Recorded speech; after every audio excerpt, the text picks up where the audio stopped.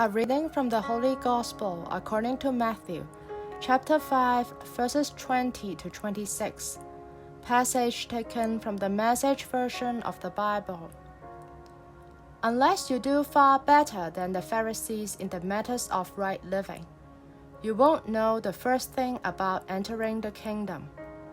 You're familiar with the command to the ancients, "Do not murder." I'm telling you that anyone who is so much as angry with a brother or sister is guilty of murder. Carelessly call a brother idiot, and you just might find yourself hauled into court.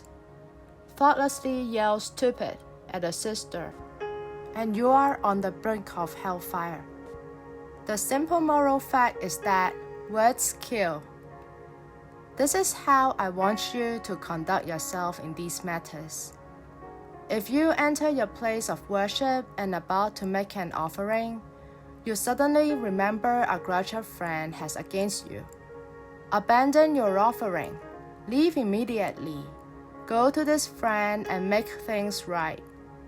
Then, and only then, come back and work things out with God. Or say you're out on the street and an old enemy accosts you. Don't lose a minute. Make the first move. Make things right with him.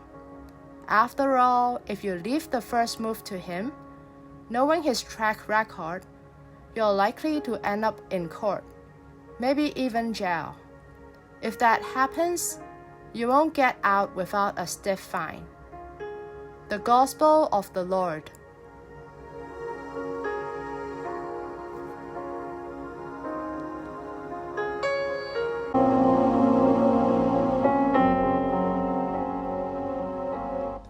Reflections on the Gospel according to Mathew chapter 5, verses 20 to 26.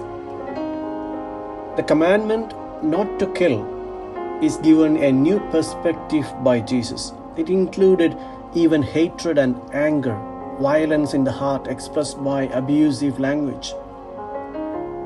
For some time now, there has been a talk of culture of death, which included everything that makes life difficult for people and planet, contradicting the will of God for us. Pope John Paul II had appealed to humanity to do away with the culture of death and instead embrace the culture of life that favors the existence of all in accordance with the will of God the Creator. At the beginning of every Eucharist, we always recall what we have done to contribute to that culture of death and ask for the forgiveness both from God and from our brothers and sisters. It implies that we resolve to reconcile with whom we do not like or we do not love, and to forgive those who hate us or have done us wrong. How often do we really think about what we are saying at this time? It is no good then piously bringing our offering to the altar and presenting it to God while we are in conflict with our brother or sister. We cannot separate our relationship with God and with that of a brother and sister.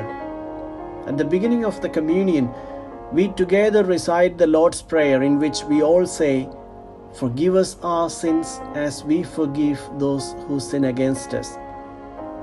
How often are we conscious of saying those words, and how often do we really mean them?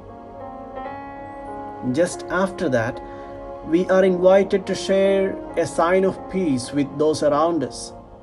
But again, so often this becomes an empty gesture, like a nod of the head, and for the most part, made to someone we do not even know.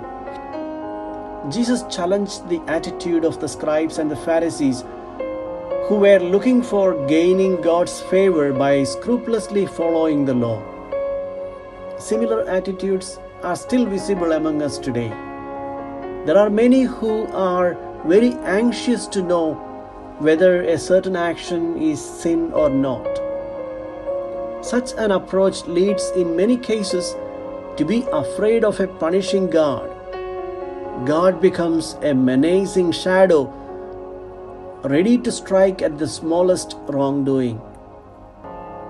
Jesus calls us to forgiveness and mercy and not to punishment and death.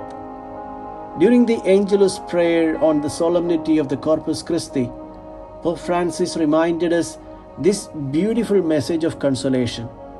He says, Eucharist is not the reward of saints, but the bread of sinners, that each time we receive the bread of life, the Lord comes to give new meaning to our fragilities.